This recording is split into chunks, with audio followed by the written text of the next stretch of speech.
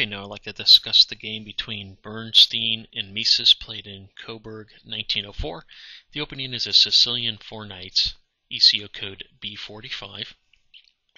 The game started out by E4, C5, so the Sicilian, and then knight to C3, which is the start of the closed defense. Normally you would see very popular is the open defense with knight to F3, and then Black played E6, which is not a typical move.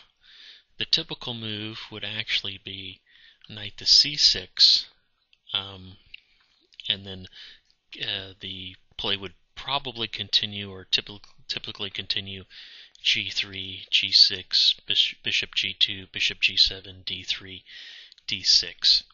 So, but maybe I should just back up and say, with the open defense, the idea for white is white plans to control the light squares, and black wants to control the dark squares.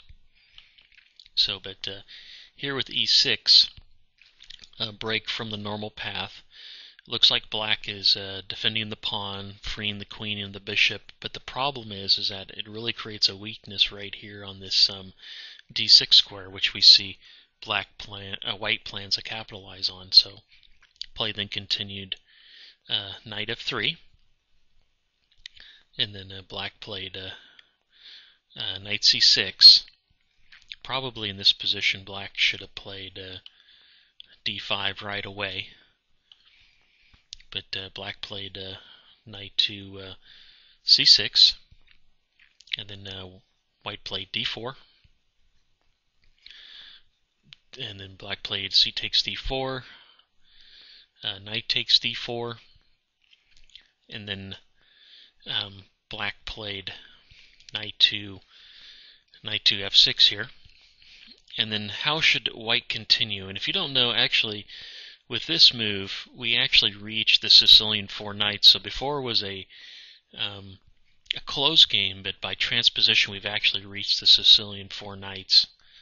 So, and how should white continue? Well, the normal continuations for white in the 4 knights is knight on D to B5, which I think I covered in one of my lectures, but also popular are knight takes C6, bishop E3, and bishop E2. So these moves have been played, and in this game, white decides to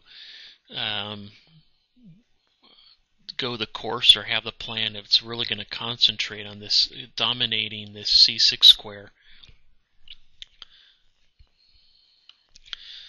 So white did play knight takes C6, and then black takes B takes C6, capturing towards the center, and that will help hopefully get a larger pawn mass in the center, or better central control.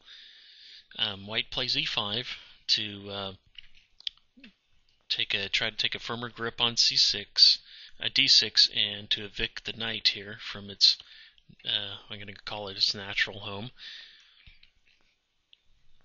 And now white plays E4, with the idea of this position. It doesn't want to exchange the knights, because it would be very nice to have this knight on D6 like this. So with E4, not only does the knight move towards this nice outpost, but it doesn't allow black to exchange knights.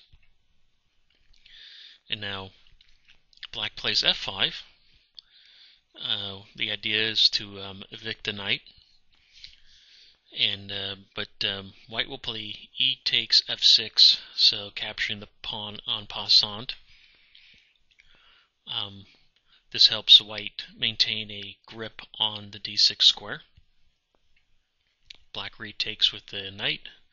If it retakes with the pawn, then white has this nice little move of queen to H5 check.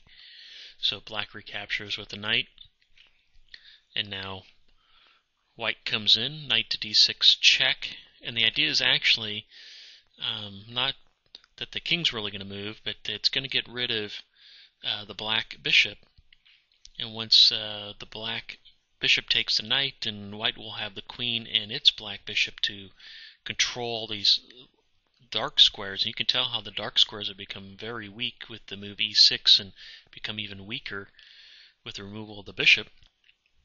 So bishop takes, queen takes, and now black will probably have a firm, or we'll see, we'll have a very firm grip on the dark squares.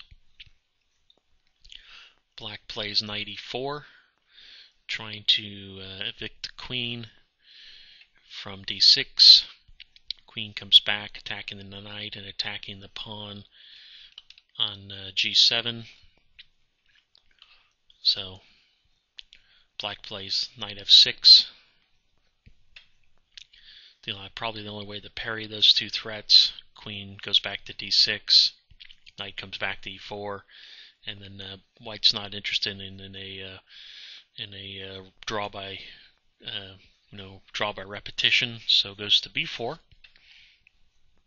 which does prevent castling, since white has control of this diagonal, and also prevents black from playing rook to b8, moving it to the half-open file. Also, white contains a grip on the d6 square. Black plays d5, giving the queen some more scope. Probably, also moving a pawn. Black has to get this bishop out. This bishop is a real problem here, trying to get this thing developed. So d5 protects the knight and gives the queen some more scope, and the bishop one more square. White plays bishop to d3. Now white is threatening to win a pawn by capturing the knight. Pawn captures, queen captures. Now black plays queen to d6, offering an exchange of the queens. And white will oblige